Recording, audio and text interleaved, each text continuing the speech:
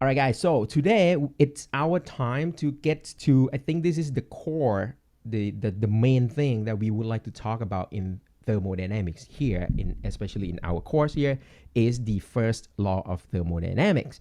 And last time we were sort of like get at some qualitative understanding of what things supposed to happen, or what are the main components that is going to come into this first law. So let me recap and do a quick review of what we did. This is the equation that we want to focus on today.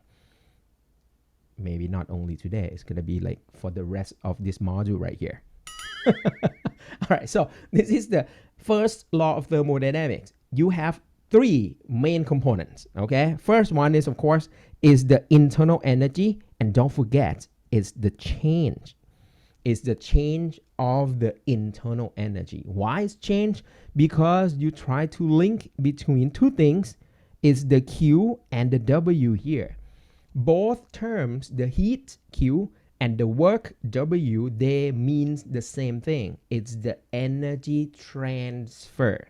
When you say transfer, it means there are some transaction going on. Okay, so you sort of like, you spend something or you gain something, so there are some transaction going on.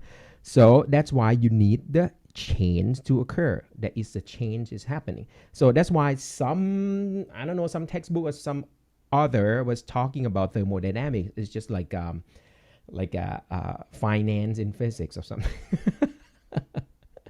Well, there is a quantum finance, or other stuff is using physics law and other things to explain the change and things that are happening in finance world. But this is not. So they can think of like the energy to be like a currency of thermodynamics. All right. And then every time that you spend some energy or you gain some energy, it's like you do some transaction. And then you have the energy to be your money or things like that. And the amount of energy that you have in your pocket, it's equivalent to you having a money in your pocket. So that's why every time you have some transaction, you are talking about the change that is happening in your account. Okay. All right. So that's, I hope this analogy helps a little bit. All right. But anyway, the first law of thermodynamics actually is just the conservation of energy. Nothing more, nothing less. That's it.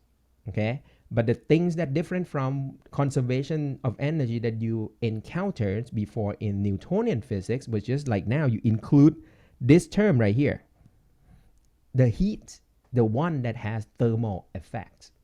So you built in something that's related to temperature. So that's what the clue, why we name this one thermodynamics here. Cool? All right, so that's it, guys. And just a quick note, we are going to use negative sign over here because we always, in this course, refer to W as W of the system. Okay, so we focus on our system, which mainly is supposed to be gas. So this means gas doing something. That means gas is performing a positive work. Okay, the work done by the gas, that is the W, or the W of the system. Cool? All right, guys. And last time we practiced a little bit about understanding the sign, understanding the change that's happening with the assistance of PV diagram. Okay, so you have a pressure volume curve that allow you to calculate all these three terms. So now we have, just to be honest, you only have three terms to calculate. That's it. In the first law, there's nothing else. It's just these three: change of the internal energy, the heat, and the work. That's it. All right. So we practice a little bit and we learn some trick about how you can read out what the sign of the change that is happening inside the PV diagram, and then you sort of like map out everything in the table, and you can pretty much conclude which sign each term is supposed to be. Today, things gonna get real. We're gonna get complicated here. Things are gonna get a little bit more complicated because we are going to do a real numerical calculations. All right, we're going to get down to our business and then get our hand dirty a little bit here. So let's take a look at this example. So you have a system undergoes a cyclic process as shown. All right, here we go. So now it's a cyclic, means everything come back in a full loop. So for example, here you have starting point here at point A, and then you go to point B, C, D, back to A. So you have a complete loop over here. So you have here a cyclic process. Now, the question is asking you to figure out what is the change in the internal energy at the end of each cycle. Let's answer this one first, shall we? What do you think, guys? Part A. After one complete cycle, what should be the change in internal energy? What do you think? Woo. All right, maybe don't need that motivation here right now. What do you think? The sound and everything's good? Yes? Okay, clear? All right. And area under the line? All right, here we go. There's some participation right here. Very nice. The answer is still no, not yet.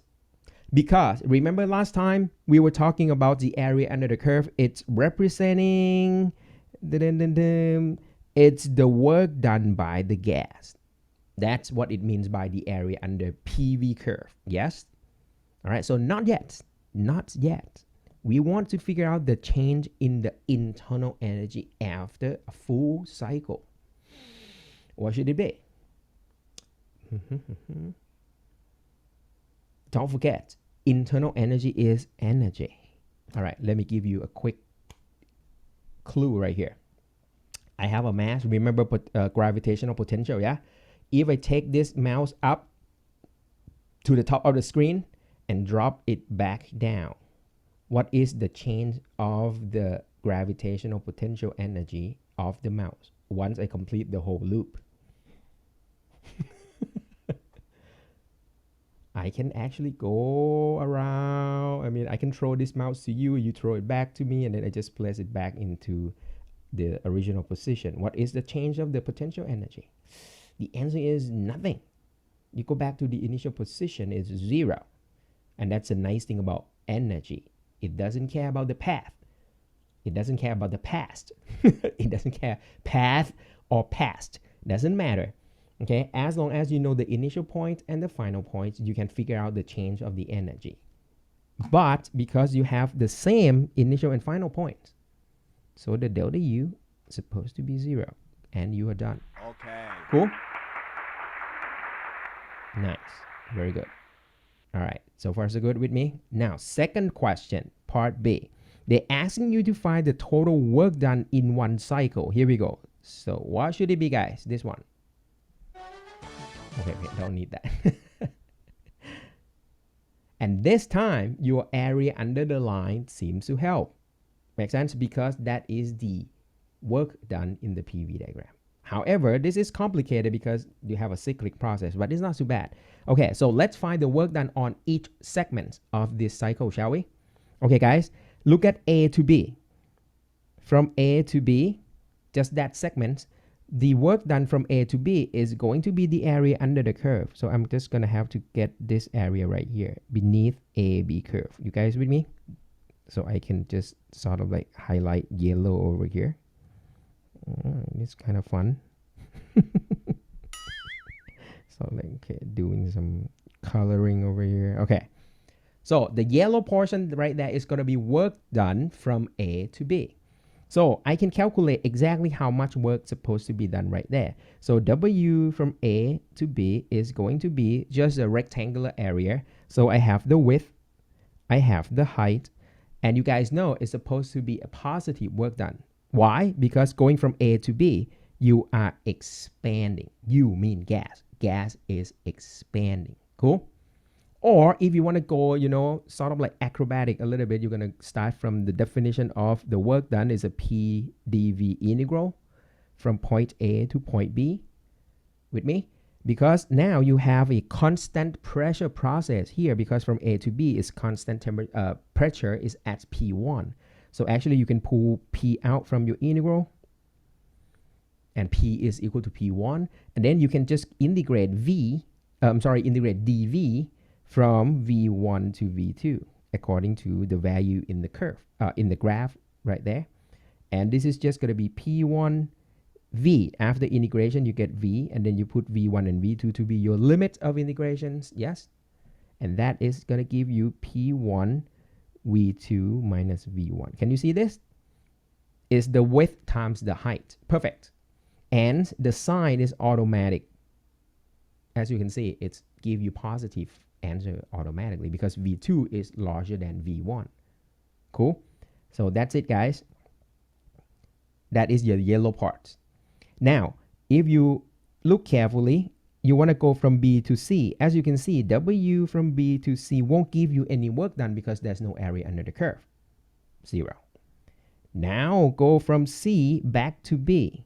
So now here, I mean, you can repeat the whole process one more time. The only thing that is going to change is just the final volume, initial volume, and the pressure that you're going to use, right? Okay, but you can see from this one is from C to D, the work done is going to be area under the curve right here. Oh, I'm not doing a good job drawing that part here. That's the area under the curve from D to C. But you know this is going to be a negative work done because it's going compression. Gas going compression. So WC to D is going to be negative the width times the height. You guys with me?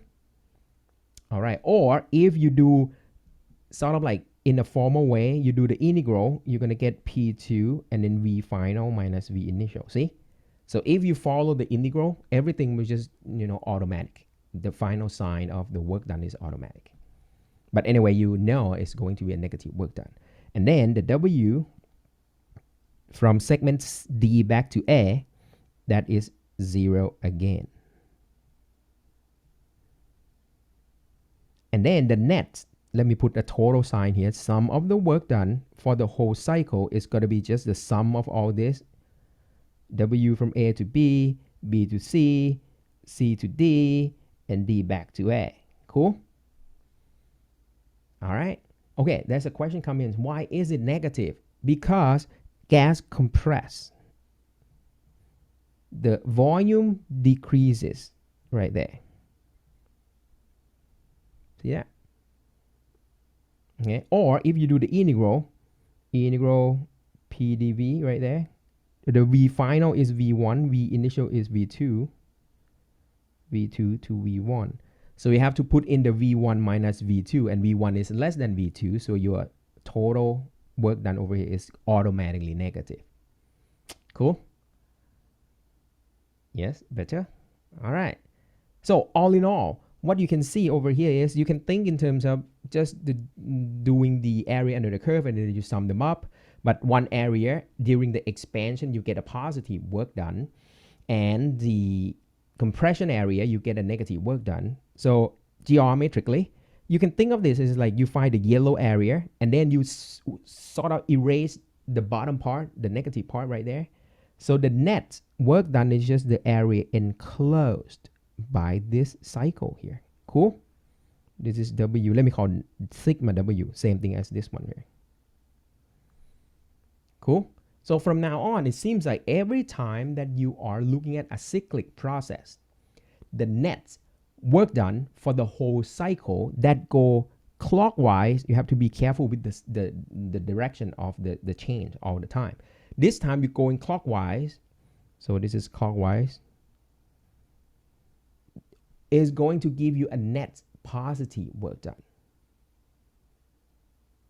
Cool? Because as you can see, the yellow area is going to be bigger than the black shaded area down here. So you still have the net positive area. I mean, net positive work done.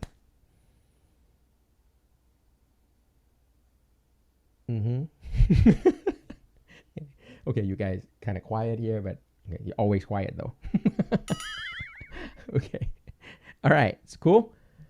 All right, so that's how you calculate the work done by the gas in any PV diagram. So once you know the line, once you know the curve in PV diagram, the area under the curve is the work done. But if you have a cyclic process or you have complicated, it doesn't have to be cycle, but it can be any weird shape or whatever. All you need to do is just sum all those area under the curve. It could be positive at some point. It could be negative at some segment. Doesn't matter. Just sum them up. Cool. All right, last one, guys. What about part C? They want to figure out the heat transfer into the system. So they want to know the Q. How can you figure out the Q? And here comes the first law of thermodynamics. Change of the U equal to Q minus W. So your Q is just delta U plus W. Q is just from part A, W is from part B. So what you get is just take this, add with the add with what? Add with this.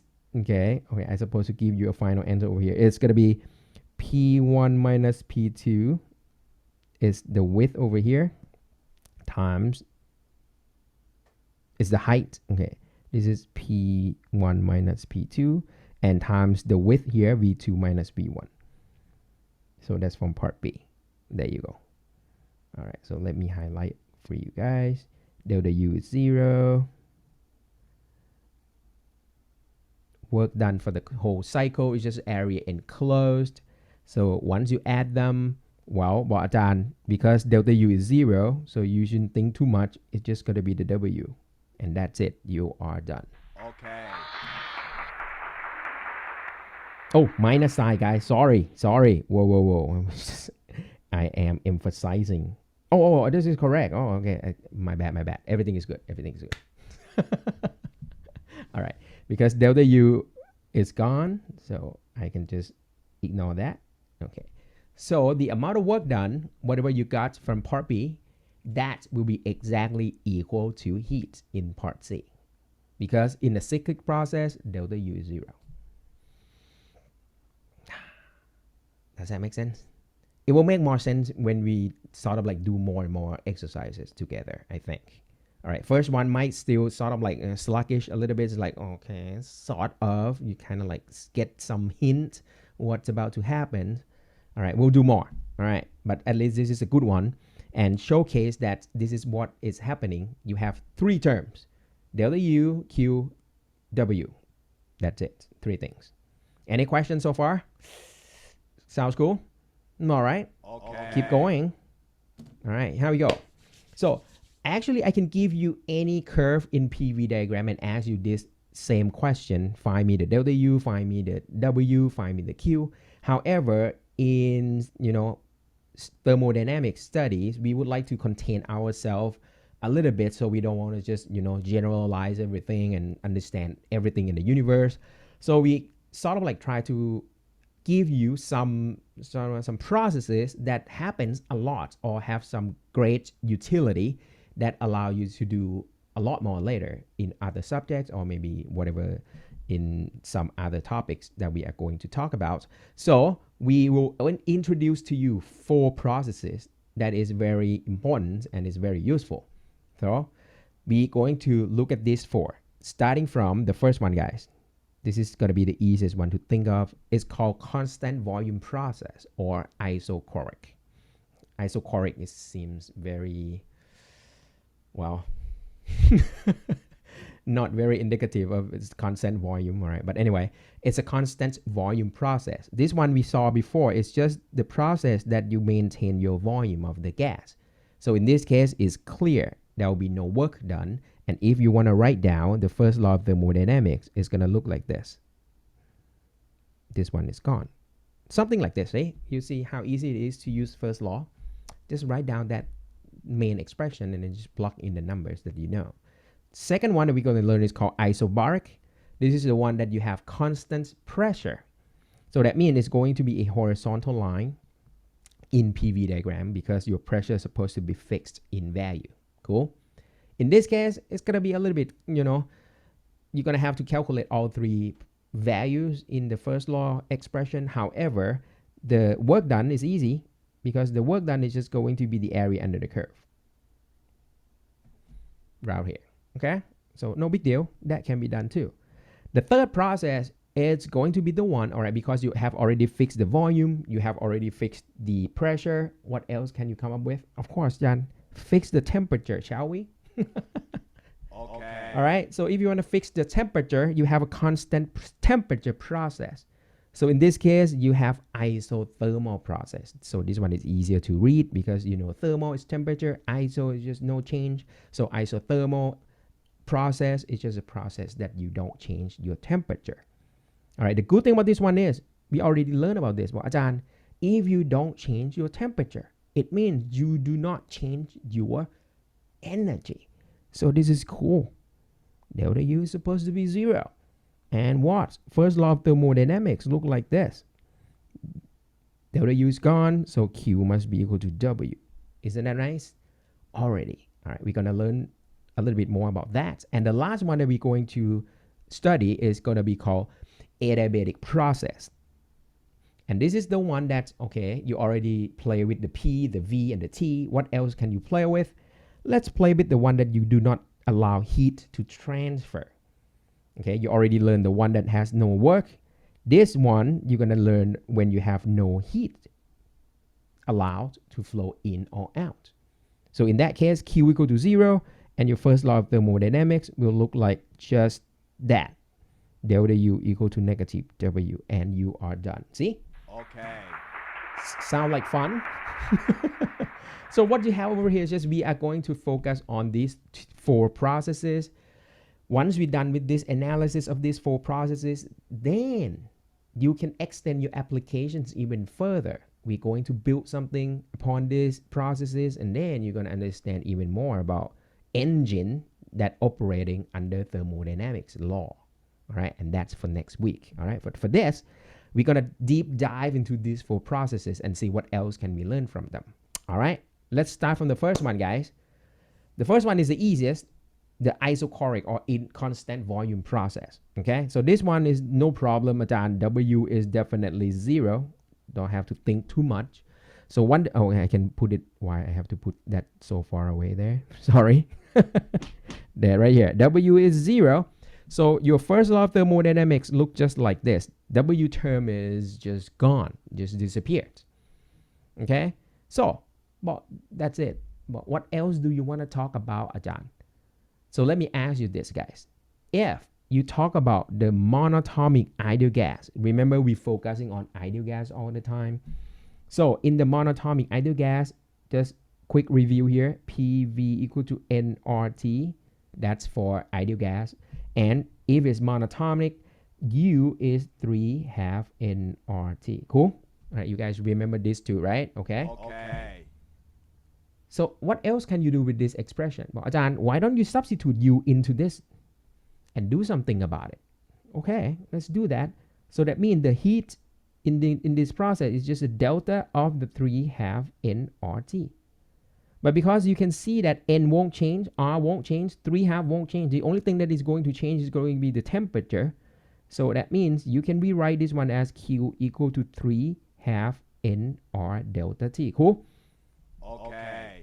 Let me rearrange one more time for you guys right here. I'll keep the N in the front. I put the 3/2 R in the middle, and I put the delta T toward the back. What do you see? Okay, might not help. What do you see in this expression right here? Whoa. Whoa. Whoa.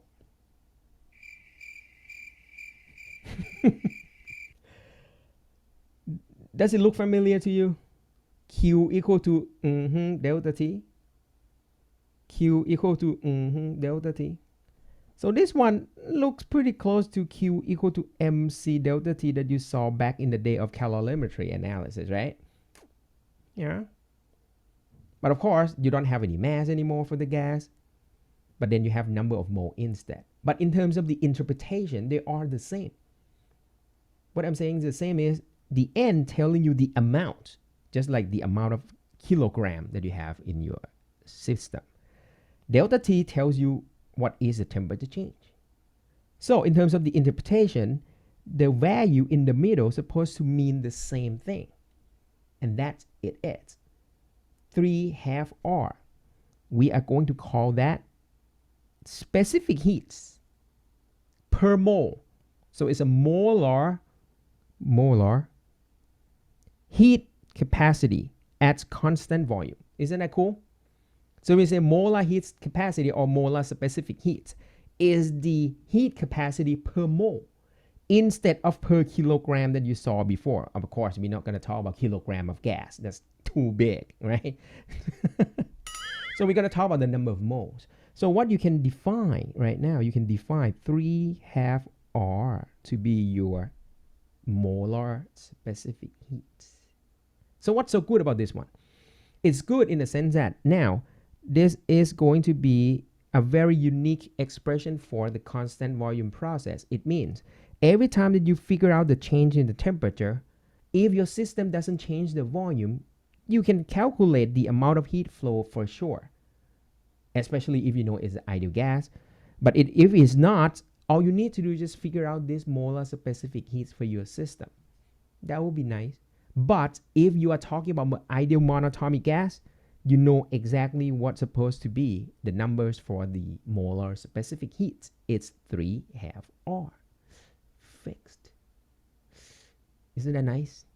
Okay. Okay. Plus, because of the first law of thermodynamics, that Q that you calculated here will be equal to the change in the internal energy for sure. And that's how you analyze this kind of process in thermodynamics. But that will be an extra reason why I have to introduce to you C sub V over here. Because it seems to you, but Ajahn, well, you don't have to define this.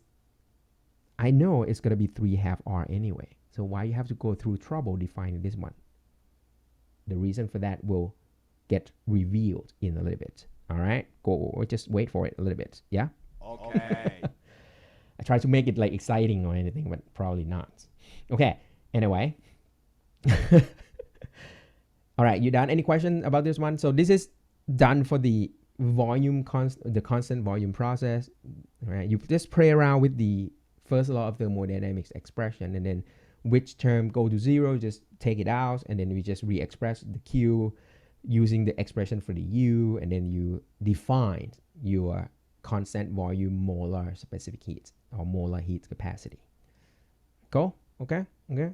All right. Try next one. All right. It's still blurry a little bit. That's fine.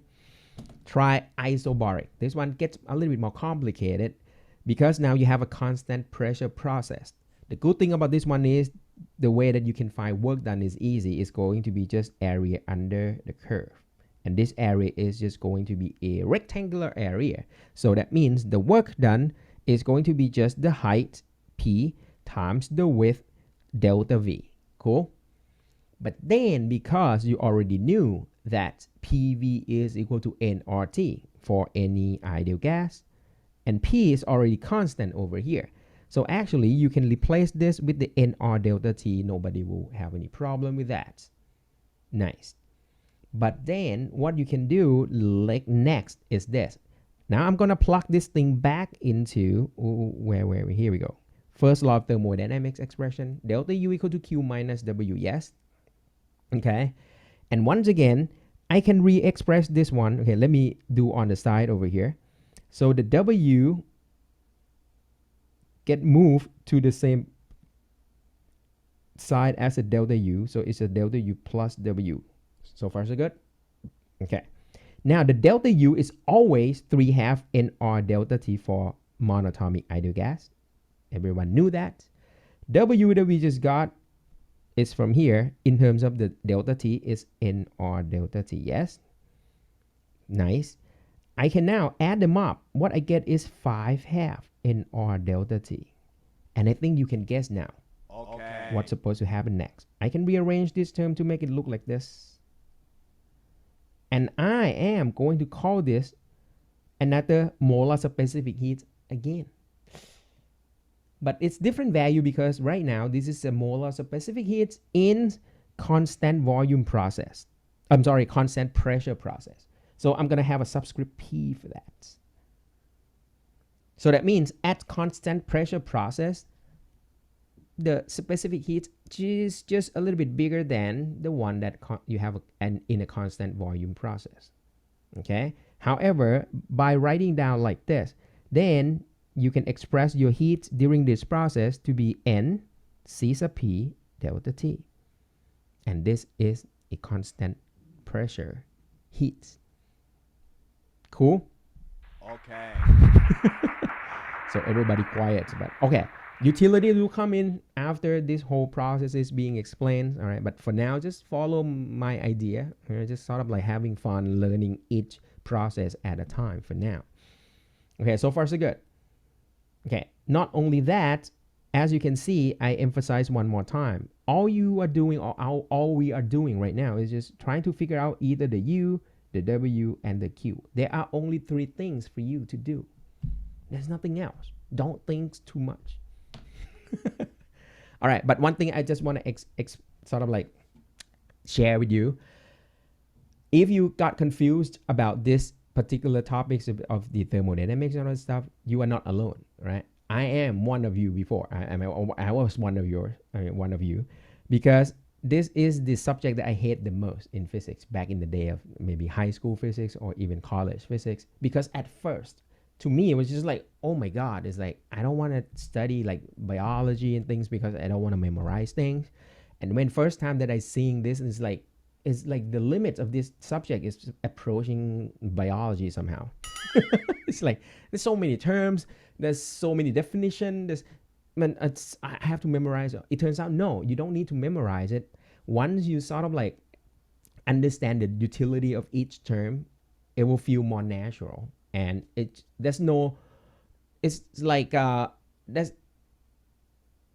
essential or it's important for physicists to define these terms that I am introducing right now. It's not just like we're gonna introduce them for fun and then has no use or anything. It has some utility, so that's why we define them. So just stick around a little bit. Once you hang in there long enough, then things will start to come into like a complete picture, and then things will get a little bit better, I think, I hope. All right. Look at the next one, guys. Third one. Here we go. Isothermal process. Okay. So this one is cool because this process is the process that does not change in temperature. When the temperature does not change, we already agree that there will be no change in internal energy as well. So that's why we right away saying that delta U is 0. So from the first law of thermodynamics, delta U equal to Q minus W. Delta U is already gone. So that means Q is exactly equal to W in isothermal process. Isn't that cool? All right, now here comes the question. How much is the work done? Now you start thinking. I have to find area under the curve to figure out the W. And if I can figure out that area under the curve, I will automatically figure out the Q. But how can we figure out the W? First thing first, you have to know what shape is your isothermal curve. And remember last time, guys, we were talking about that. See, remember this curve right here? I was saying that every time that you see PV equal to nRT, is the right hand side of this one, the T, is constant. So this means you are looking at the PV equal to constant, and P is y-axis value, V is x-axis. So you are dealing with x, y equal to constant. And the curve look like a green curve showing up right here. Remember this one, yeah? So that's mean what I'm saying is that is the curve of the isothermal process. So one constant temperature, let me highlight that one, will give you a one isotherm. So that's name is isotherm, or it's an isothermal curve. It's the curve of a fixed temperature. Cool? Okay. All right. So that means you are guaranteed that if you fixed the temperature of your gas, the curve has to be riding on this line. So it means your isothermal curve cannot get out of this. It has to be staying on this curve. Always. Because you're not changing any temperature. Cool? All right. And if you are looking at the expansion process, just like showing here, so it means you're starting from initial volume and then you are expanding. So you have to figure out the area under the curve to figure out the work done during this isothermal process. Cool? And here comes the calculus. Woo. How can we figure out the area under the curve, guys? I want you guys to try this. Everyone. All right. So if you were to have quiz, this is going to be the quiz time, I think. Like, okay, guys, we have 10 minutes before the break. You guys figuring out what is the area under the curve. I have 10 minutes and then do the quiz right here. But we don't. All right, guys, how can we figure out the area under the curve here, guys? Okay, start from the definition. Okay, don't think too much.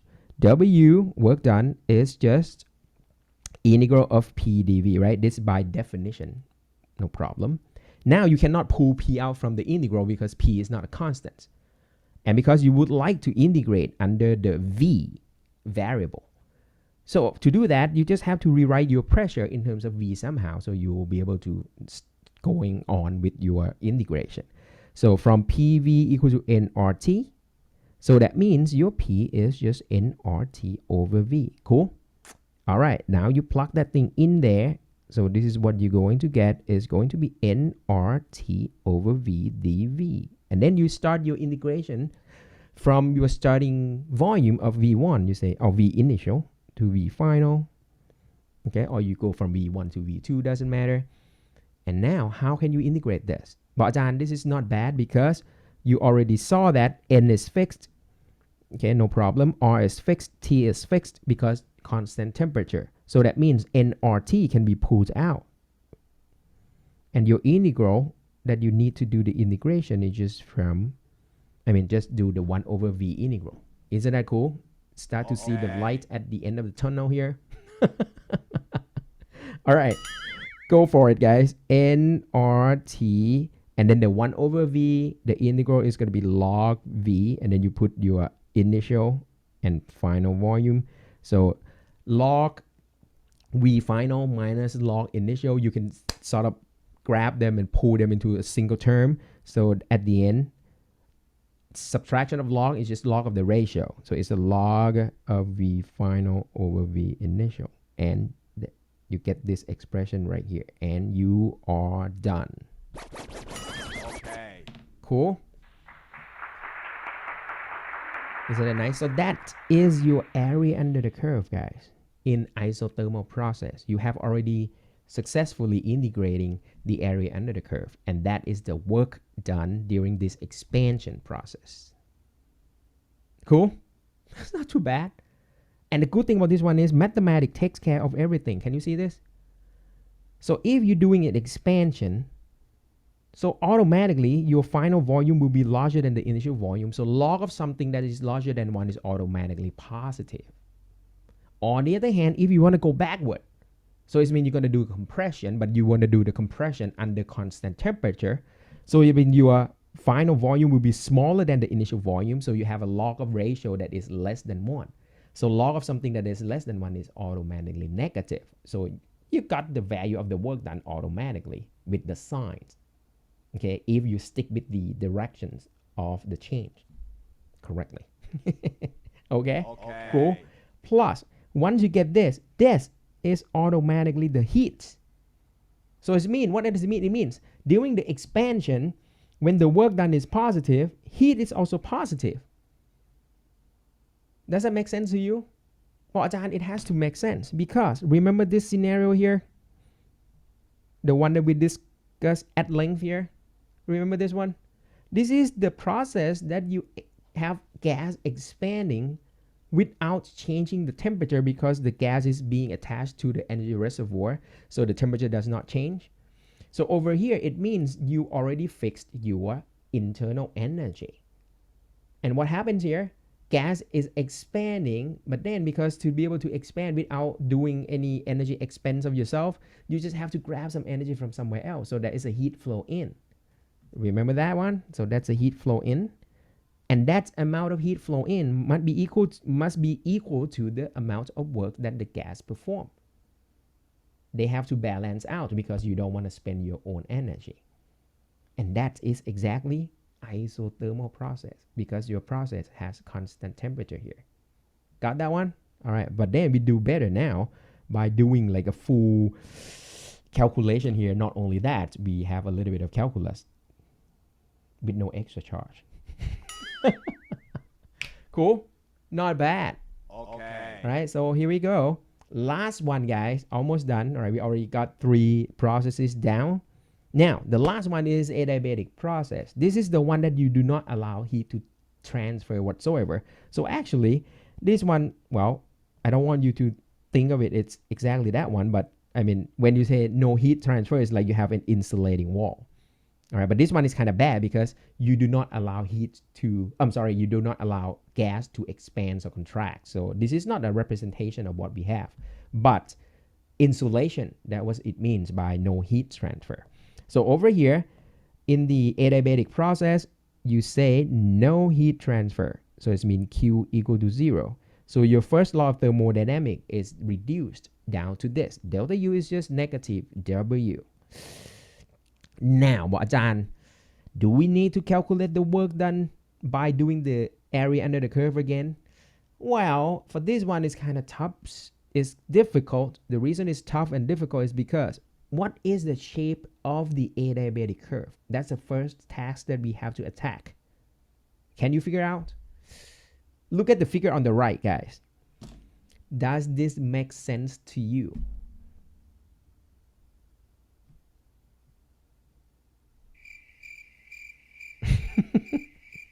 Does the curve on the right make sense to you? Okay, so look at this one closely. Delta U is negative W. Delta U is negative W.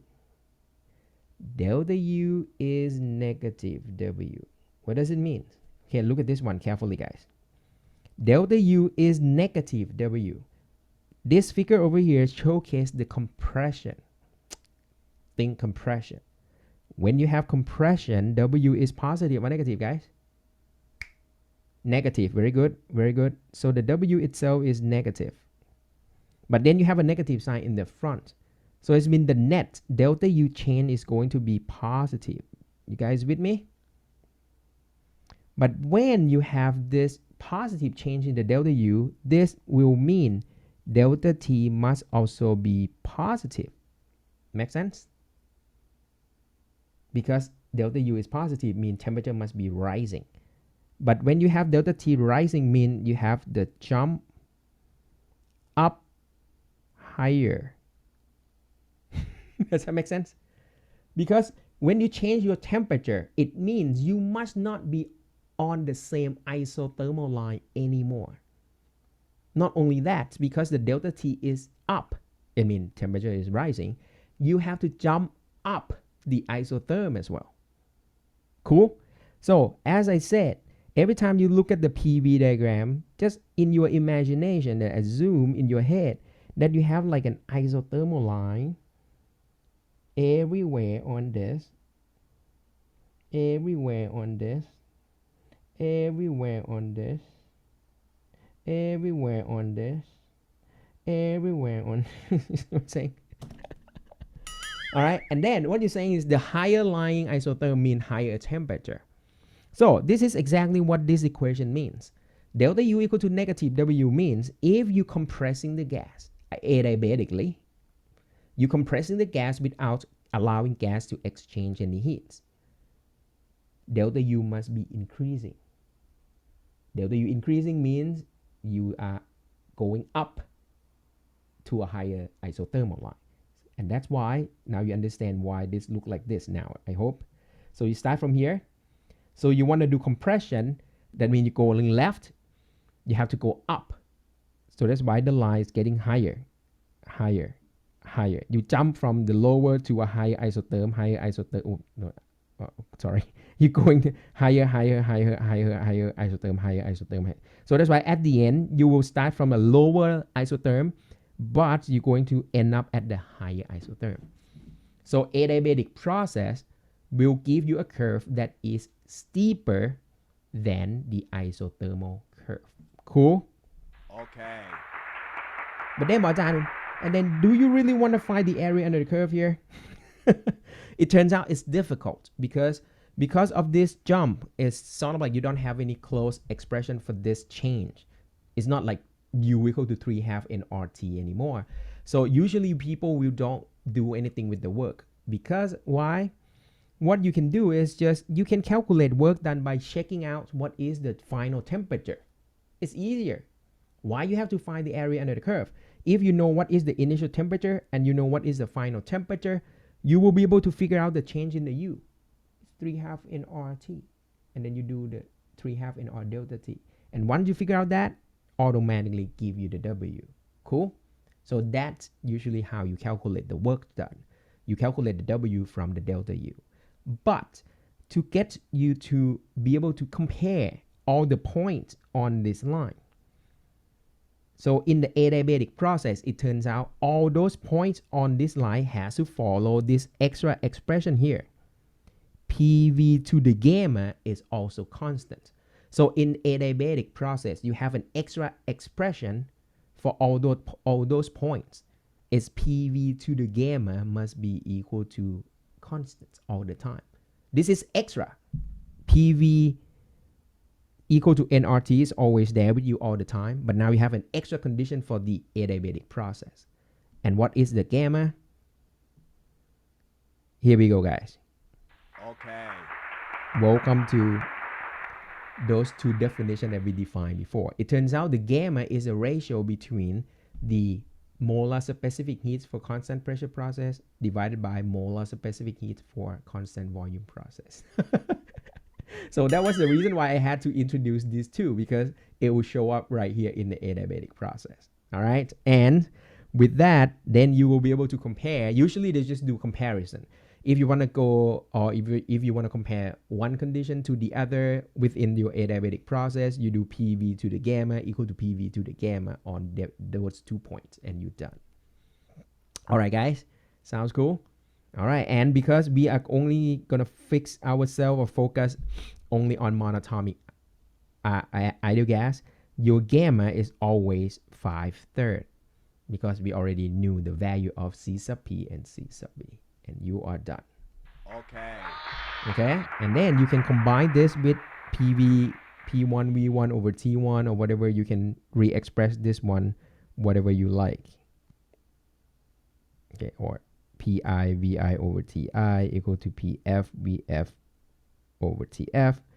And then you can come up with the, change of variables, whatever you like. Woo! And that's it, guys. Okay. 4 processes.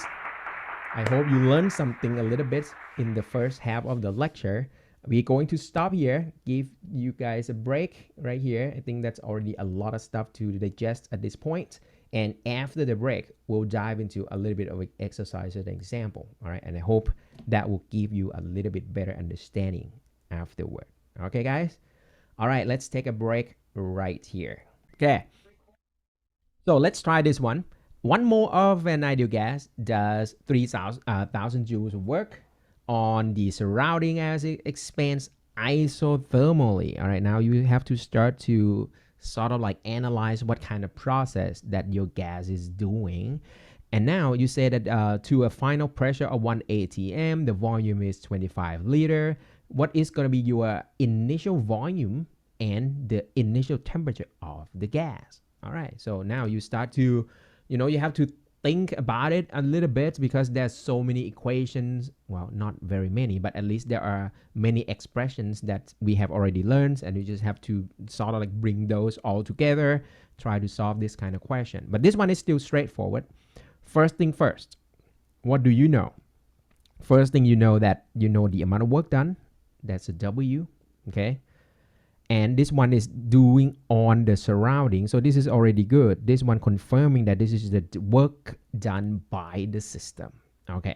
And now you know it's 1 mole. So that is your small n. That's the number of mole there.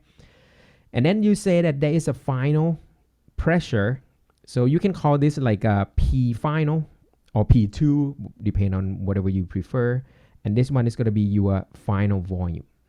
What they want to figure out is what is the initial volume and initial temperature. Already. Cool. So what can we do? Okay, so first thing that you think of is like, Ajahn, is isothermal process. So we already knew the results from there.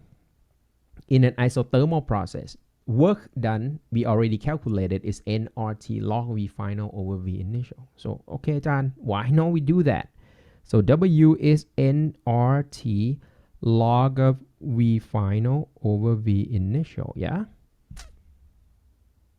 Nice. What do you know? Well, then, no, we still don't know the temperature though. But that's all right.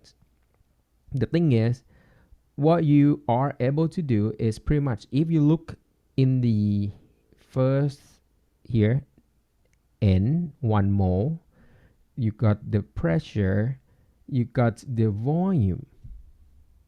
You already got everything. So that means just by looking at the blue one, PV equal to nRT. P is known, V is known, N is known. So actually just those information that I highlighted blue, you can figure out the temperature already. Does that make sense?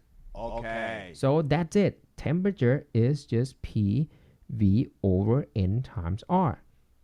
But the problem is, I mean, you just have to change the units a little bit, of course. All right, because you want to work everything under SI system. So your temperature at the end will give you the Kelvin units. So pressure is 1 atm.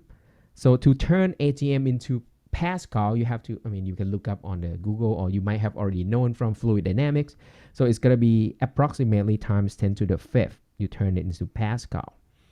Now 25 liter, you can turn liter into cubic meter by doing, because it's liter, it's, well, you can talk like it's 1,000 cubic centimeter if you want. So if you want to turn this one, okay, let me write it on the side here. Liter is 1,000 cubic centimeter. Yeah, got that one? All right, and now we use the trick that I told you a little bit of that tip before. Treat your prefix to be just a number. So centi is 10 to the negative 2.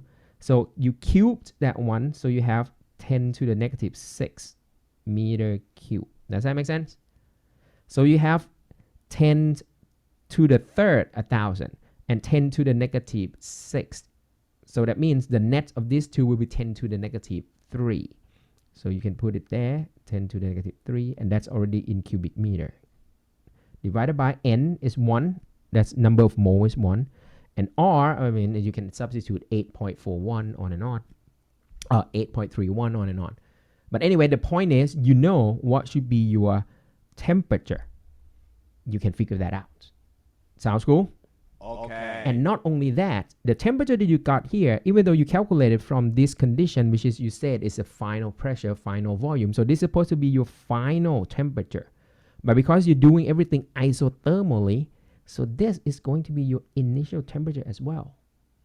So you have already calculated what should be the T initial, and you already done half of this. Okay. Cool.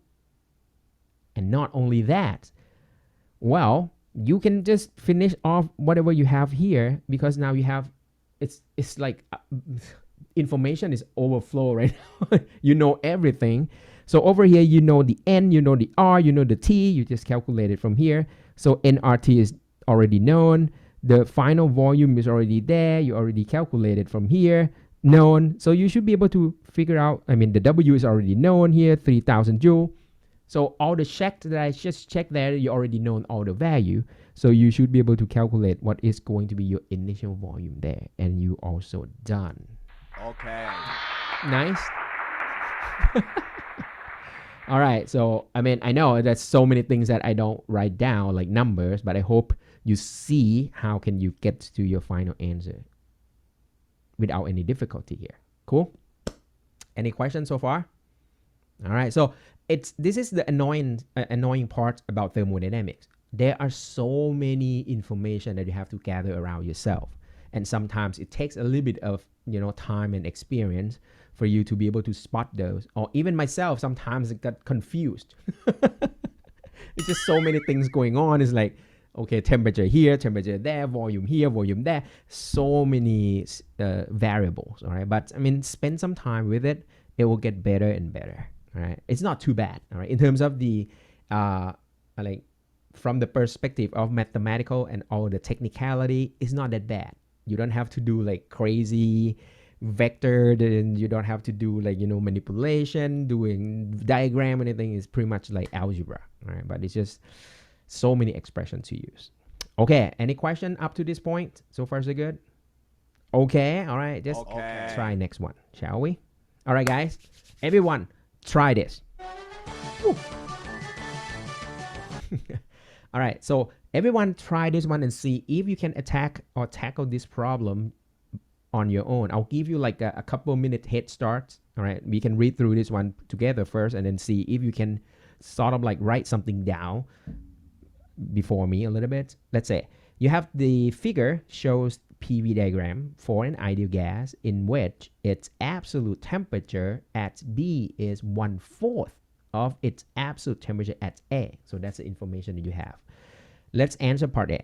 What volume does this gas occupy at point B? Just take this one first, guys, and see how it goes. I'll give you like 1 minute to think. Or not only think, you should be able to answer that.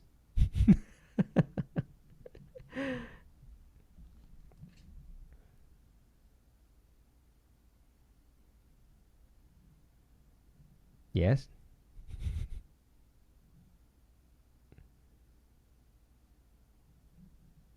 หมดเวลา Time's up. All right, so this one is good. Part A is still fine. There's nothing to do with thermodynamics just yet. Part A is purely ideal gas situation. You just try to compare point A and point B. So as you can see, point A and B, they are at the same pressure.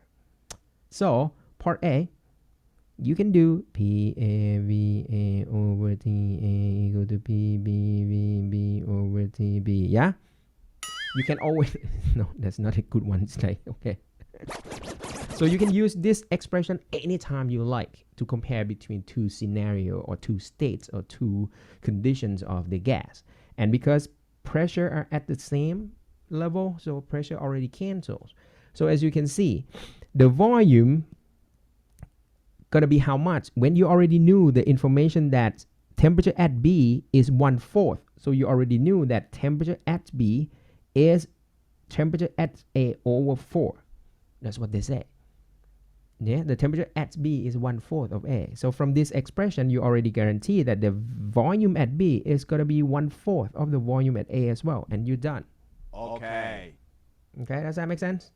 All right, so you know right away this volume is supposed to be 0.125, 1/4 or 0.5. All right, part A is done. Okay. Now let's move on to part B. What is the question? How many joules of work was done by or on? They want to know which direction of the work done. The gas in this process. What it done by, oh, okay. I think this is typo here. It's supposed to be gone already. Okay, guys. So how much work is done going from A to B, guys? You have already did this. Work done by the system is integral P dV. But P is constant. This is a constant pressure process. Okay. And then you can say that it's just P delta V. We saw this a couple of times already. So you see it's going to be P V final is at B minus V initial is V at A. And as you can see, it's compression. The final volume is smaller than the initial volume. So you can expect that the work done is supposed to be a negative value at the end. And it's automatically taken care of right here. So that's it, guys. It's 1.5. All right, let me put ATM for now. We can do unit conversion at the end. And the change of the volume is going from 0.5 to 0.125. So it's going to be negative point, how much? 375. Am I right? It's in liter. Okay. Subtracting numbers is the most difficult thing right now. Okay, that's it, guys. And then you just do the unit conversion a little bit for you to get to everything. So the answer is you can expect negative something in joule after the conversion, and you are done. Okay. Cool. All right, that's easy. Part C. Did the internal energy of the gas increase or decrease? So this one, they haven't asked you to calculate yet. All right, they're not asking you to figure out how much, but they just want to know, is it increase in U or decrease in U? Does the U increase or decrease? The answer is going to be simple because temperature at B is 1/4 of the temperature at A. Temperature is down, U is also down. So that means part C, you can say delta U must be negative. Okay, so that means it's decrease. Cool. And even better, well, might not be better, but it's just on top of this. Remember, every time we see PV diagram, I am encouraging you guys to imagine this imaginary isotherm all the time. See? And by having this isobaric, the constant pressure process, running horizontally, left side, I mean going leftward, going to your left side, left hand side, yeah, going to your left. It means you jumping from a higher lying isotherm to a lower lying isotherm. Can you see this? You're starting from here. Oh, it's disappear. Sorry. Okay. So you're starting from here. You end up here at B, but B is on a lower lying isotherm. So you are decreasing in temperature. So U is also decreasing along with it. No question.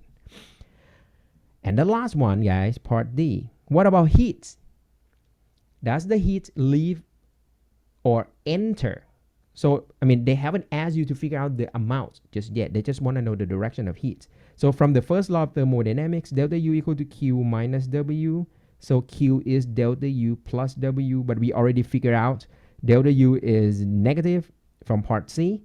W is also negative from part B. So it's guaranteed that the U must be negative.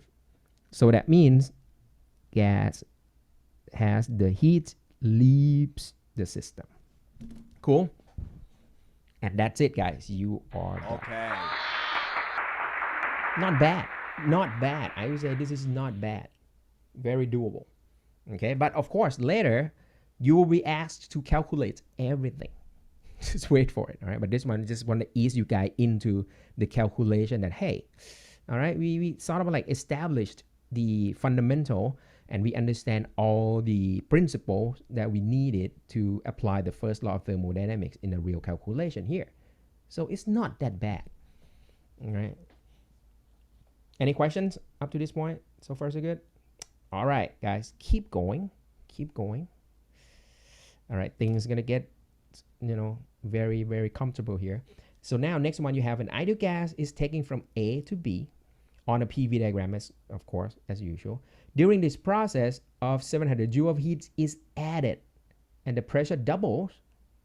How much work is done? Part A, guys. Don't need that one. Well done. Too much. It's 0, right? Don't need any grand entrance or anything here because it's a constant volume process. Work is 0. Part B. How much does the temperature of the gas at A compare to the temperature at B? Once again, it's just a comparison between two states of the gas. There's nothing to do with the thermodynamics just yet. So you just say P A V A over T A equal to P B V B over T B. And then what you can see over here is the volume does not change. The volume just cancel. And then you can see that it says that the okay, the pressure is doubles. So that means you know that the pressure over here at B is going to be 60 kilopascal. And of course, when the pressure double, temperature must be double as well because it's P over T equal to P over T. So you just want to keep this ratio fixed. So what it means is the temperature at B must be twice the temperature at A. Isn't that cool? Okay. Okay. So it is very good. What does the temperature at A compare to? So it's just twice. Oh, at A, sorry. The temperature at A is going to be half of the temperature at B. Okay. So temperature at A is going to be temperature at B over 2. Part C. What does the internal energy of the gas at A compare to the internal energy of the gas at B? What do you think? Done. That's easy because U equal to 3 half nRT. So we already knew U depends on T alone. That's it. There's no hidden truth or anything behind this. Anyway, this is it. All right, this is the end of the line here. So when U is half, when temperature is half, sorry, my bad. When temperature is half, U is half as well. So part C, U at B, or they say at A, is going to be U at B over 2. That's it, guys. You are done. Okay. Okay, and once again, I can add on top of this all the time. All right, every PV diagram, just imagine your isothermal line on the PV diagram all the time. So as you can see, you are jumping from A to B. You are starting from a lower lying isotherm. You end on the higher lying isotherm. So you are increasing in temperature. Okay, so you have a T low over here, T high over there. So higher in temperature mean higher internal energy. And because you know temperature at B is twice as big, so U is supposed to be twice as big at B as well. Or A is going to be half of whatever at B. You are done.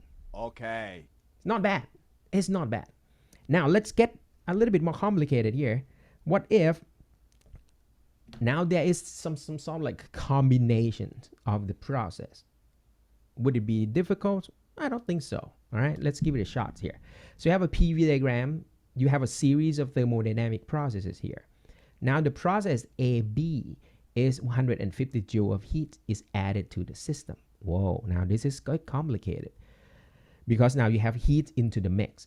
And the process BD, you have 600 joule of heat is added. So keep that in mind for now. All right, this will be used later. 150 joule is added from A to B, and from B to D, there's 60 joule added. All right, now part A. What is the internal energy change in the process from A to B, guys? Okay, let's dive into it, shall we? So from A to B, part A, they want the delta U from A to B. But this one is for sure. Okay, so let me do this, all right, in steps. So over here, A to B. So what do we know from A to B? W is 0. First law of thermodynamics say delta U equal to Q minus W. W is gone, so it's just Q alone. Okay? But then we already said that the delta U is 3/2 NR delta T. So this means Q, let me call Q AB. So that's Q from A to B, is going to be 3/2 NR delta T. So far so good? All right. So it's going to be 3/2 NR T at B minus T at A. Do we know temperature? No. But do we mind?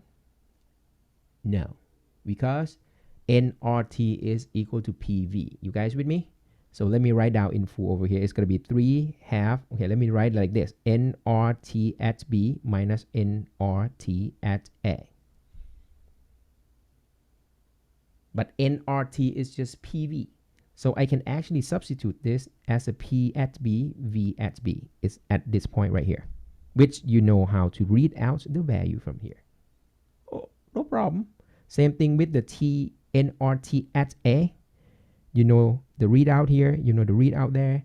So it's a P at A, V at A. Okay? So you know all the numbers over here. Multiply by 3/2. You get this. And that's it. That is the amount of heat from A to B. And not only that, that is going to be your delta U as well. And you are done over here. Okay. Cool? And I start to spot the mistake of this problem over here. This is my bad, all right? I think it happens to me all the time when I create this kind of problem in thermodynamics. I mean, you can calculate the delta U and the Q already from the information given from the PV diagram here. I don't need to tell you this 150 joule anymore. And I suspect that the number is correct. You guys just with me here? I don't think the number that you got here is going to be 150 joule. So this is over informed. And not only that, is incorrect, I think. All right, so I'm going to stick with one, either one of these two. I cannot have them both. Or at least if I have both the numbers of heat, a number of heat, I mean the value of the heat flow and the value on the PV diagram, they're supposed to get along. But it seems like mine is not. So sorry about that. All right, so just to make it clear over here, just erase this. I don't think you need this. You can calculate it, so you don't need this. All right, it's my bad. I think I just realized that I don't need this. Sorry.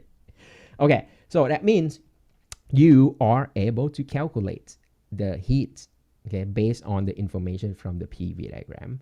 And this one, you got the Q and you got the delta U automatically, and that's supposed to be done there. You don't need any extra information from the problem here. Cool? All right. Okay, very good.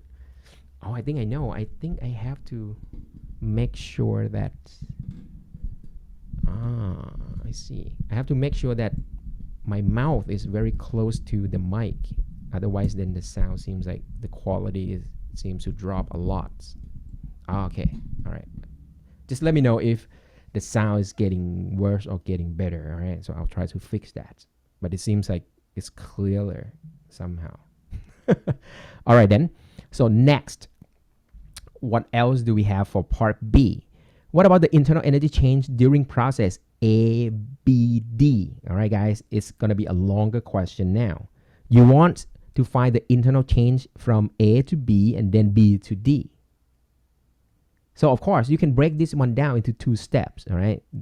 Energy can be added along the way. It doesn't really matter because it's path independent anyway. So, to find the delta U, ABD, so let me use this symbol over here. You can do it in two steps. Delta U from A to B first, and then you just add delta U from B to D. Okay?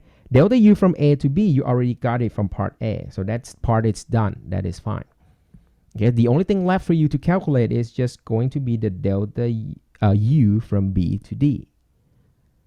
And now, this is how you are going to calculate. It's just 3/2 NR delta T, guys. Right? Because there's nothing else for you to do. So over here, let me break it down over here. So over there, you just say it's a 3/2 NR delta T. So it's going to be T final. It's at D minus T initial, which is at B. Right there. See? So as long as you're trying to calculate the U, there's only one expression for the ideal gas. Is for monatomic ideal gas is 3/2 nRT. So there's nothing else for you to do. So that's it, guys. So all you have to do is just, once again, 3/2, and then you can do the same trick in part A, just like what you did in part A. So it's nRT at D minus nRT at B. Nice.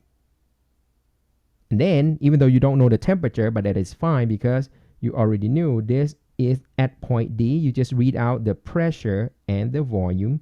So it's going to be P at D times V at D. Same thing happens with this point at as well. P at B minus times V at B. Here we go. So you get all the numbers. Plug it in, convert unit, whatever you like. And at the end, you get the final numbers right here. And you are done. Cool? Okay. Not bad. That's not bad. Still very doable. Now here comes the question. I think this is going to be the kicker here. They now turn the attention to the other path. They want to go ACD. ACD. They want to go the other path over here. And they're not asking about the change of internal energy anymore. They're asking to figure out the heat during this ACD process. All right, guys. This is going to be the first test. Your understanding is right here. What is going to be the total heat during the process ACD? Added or not, the sign of the heat, the sign of the Q that you got will automatically tell you. If the Q is positive, heat is added to the system. If Q is negative, heat will be extracted or pulled out from your system. But the question is, how can you figure out the heat going from A to C, C to D? All right, this is going to be good.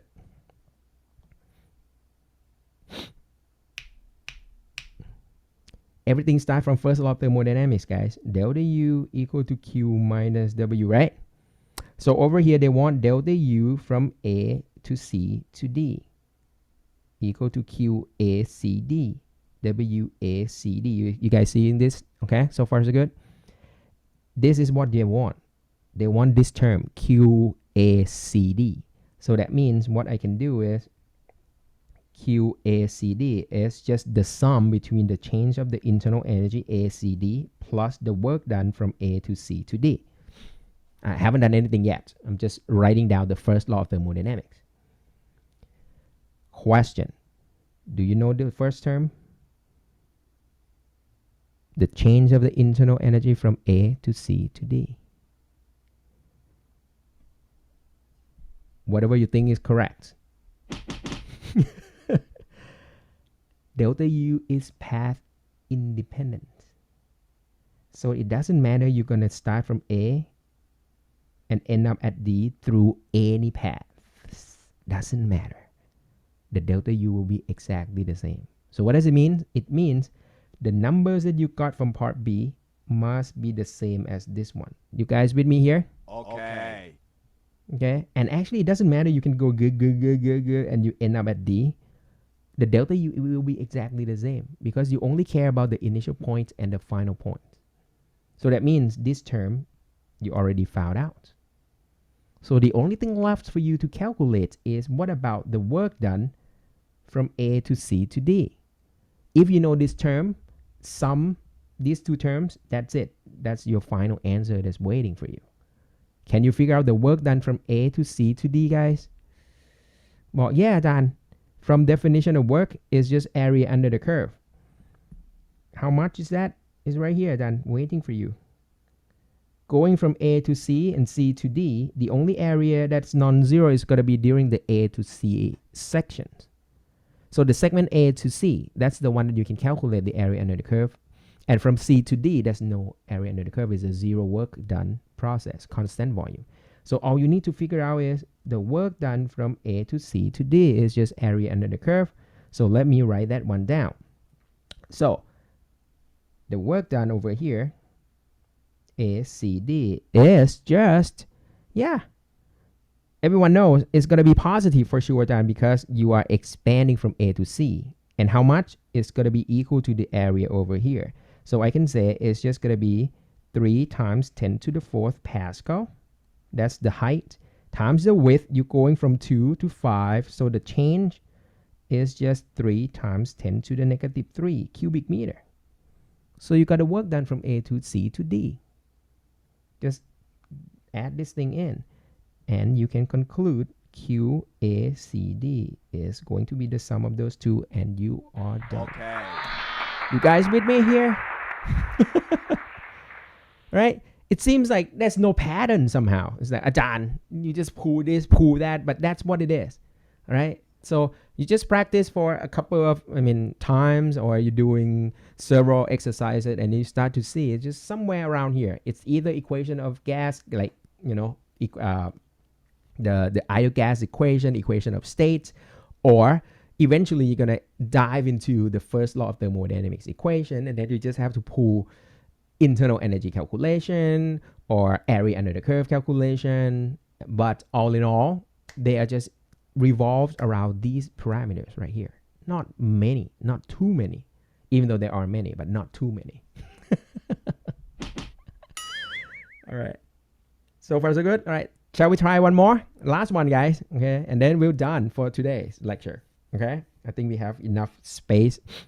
I'm just checking. All right. So just plenty of room, because I think we need a lot of calculation over here. All right. Last one, guys. And I hope this one is going to be like a grand finale for the first law of thermodynamics. Okay. We're going to conclude with this problem over here. You have PV diagram. Show 1 mole of ideal gas. Very good. Part CD is given to be isothermal. All right, we know it. That's fine. We know everything about the isothermal process. A, find the pressure of the helium gas at A. Can you figure it out? Yes, well done. We have done that before. Just read it. Now you can link any point you like. The known information is, the most known information is probably point C, because you know pressure and volume at C. So what I can do is I can compare point C and point A. Is that a good thing? Yeah, I think so. So let's do PAVA over TA equal to PCVC over TC. And the reason I make this kind of sound because it's kind of like boring, John. I have done this from chemistry. I have done this from, you're going to have to do it again in physics. Well, yeah, you have to do it. All right, because C and A are connected through isothermal process. So it means they are lying on the same temperature. All right, so to emphasize that, that's good. That's isothermal line right there. Cool. All right, and then you can imagine on top of that, B must be at some point higher. No problem. All right, so now from information that you already have right now, can you figure out the pressure at A? Well, that of course. Because you can see that the volume at A is 1/4 of the volume at C. So now, because the product between pressure and volume must stay constant, so that means the pressure at A must rise to compensate for the reduced in volume 4 times as well. So it's going to be 8. No problem. So this leads to the pressure at A to be 8 times 10 to the 5th Pascal. All right, I'm just read the units over here. And you are done. Part A. Cool. Part B. Find the temperature of the helium at all points. Can you do that? Well done. That's not bad because let's start from part C and point C, because point C we know everything. We know the pressure, we know the volume. Actually, we know everything already here. So once we know the pressure, we know the volume, we should be able to figure out the temperature by knowing the amount of mole. N is equal to 1. That's small n over there. So PAVA equal to nRT at A. You're done. So T at A is just going to be P at V, 8 times 10 to the 5th Pascal. V at A, 0.01 cubic meter divided by N, number of mole, 1. R, let me just keep it as R. I just prefer not to substitute any numerical value earlier in the calculation. That's all. And that's it. I can calculate for you. I don't know. Does it need it? It's 8,000 over R Kelvin. That's it. Leave it there. Okay. Is it good? And then this is going to be the same as the temperature at point C as well, because A and C are on the same temperature. They are on the isothermal process. And that's it. How can you figure out the temperature at B, guys? Well, then same trick one more time, because you can see that the point B is 4 times larger in you can look at the dimension of the volume or look at the dimension of the pressure. Doesn't matter. It's 4 times larger than point A or C.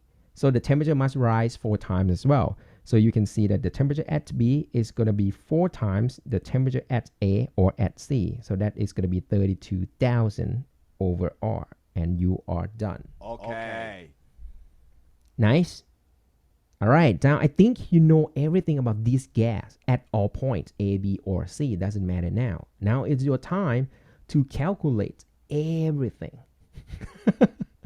All right. So if you look further, all right, part D, they're asking you internal energy.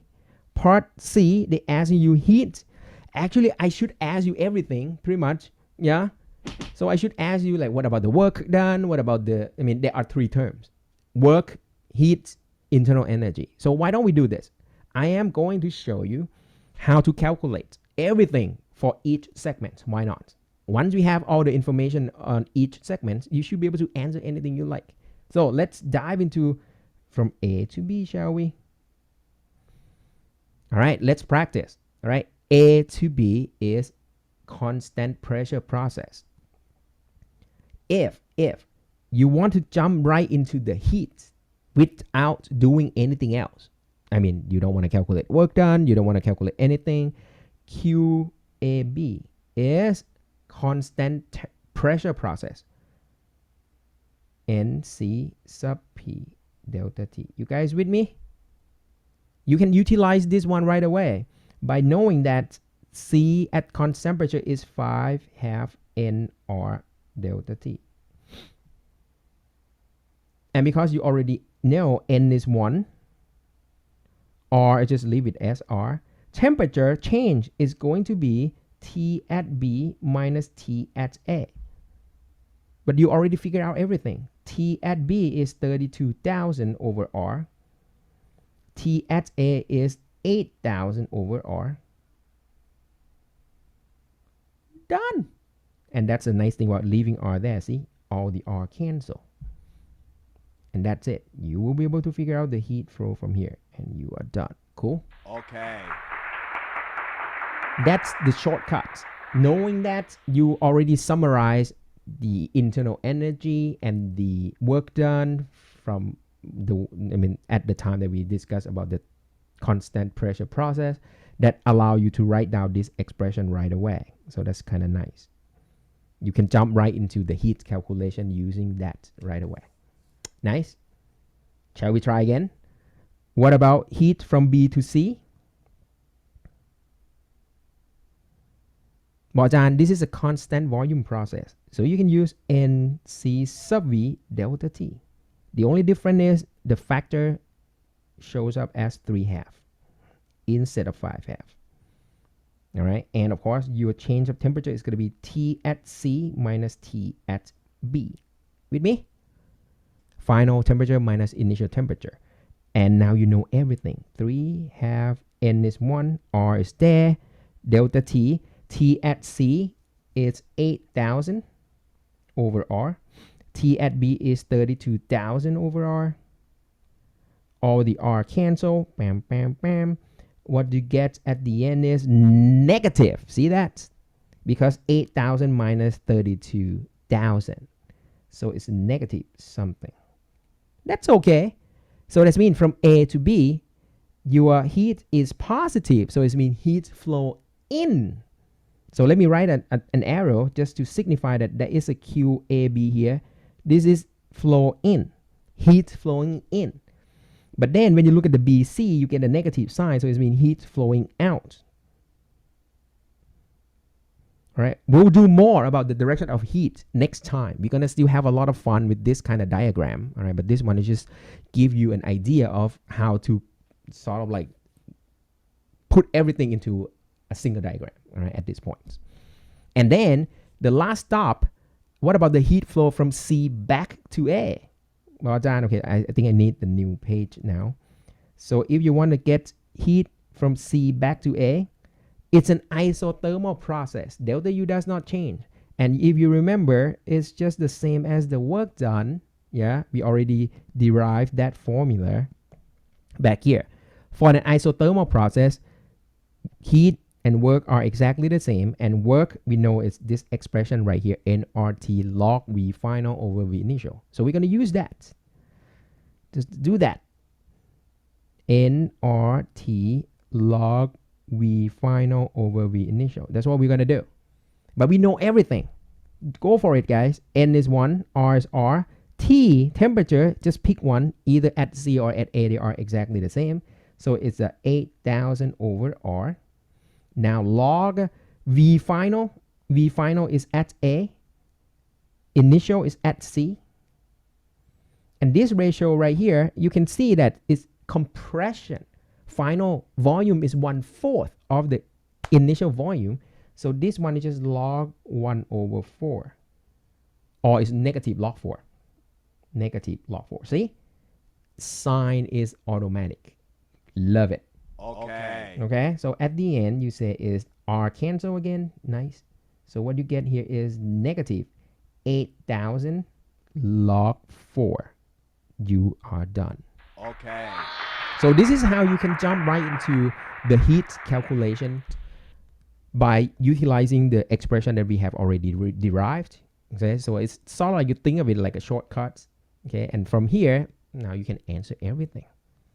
Okay, and the last question seems to be easier now because you have already gone through the trouble of finding out the Q.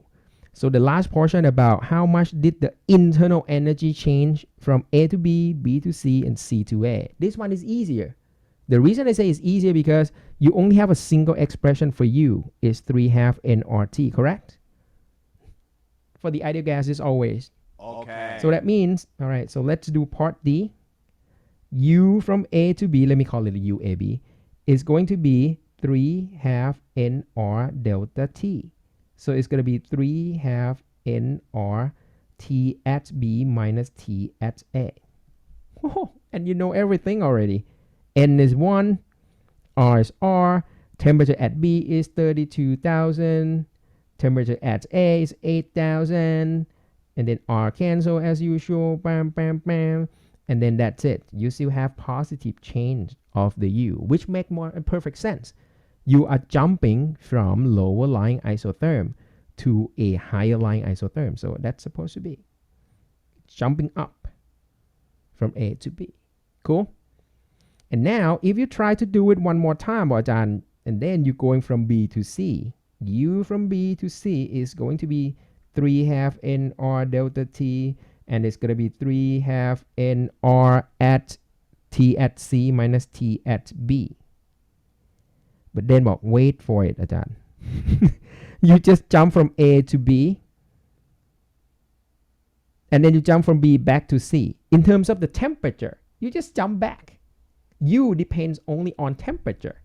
So no doubt, this is going to be negative of U from A to B, right? Does that make sense? Okay. So it's going to be negative of whatever you just got in the earlier calculation there, because you jump back to the original temperature, even though it's different points.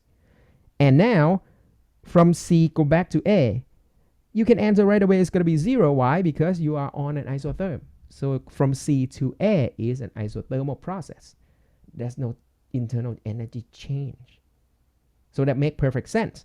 Because if you try to add these three numbers together, this, and this, it's a cyclic process. Total delta U, the change of the U must be 0, as expected in any cyclic process. We are done for today. Cool? Okay. All right, guys. Thank you for sticking around. I hope you learned something. If still not stuck in your head, don't worry. We'll do more next week. All right. We'll still have tons of exercise to try. And then I will post the second homework set for you to practice as well. And you will have a lot of fun there. Okay? All right, guys. Thank you for sticking around. And any questions? All right. If not, I'll see you guys next week. Have a good weekend, guys. Bye-bye.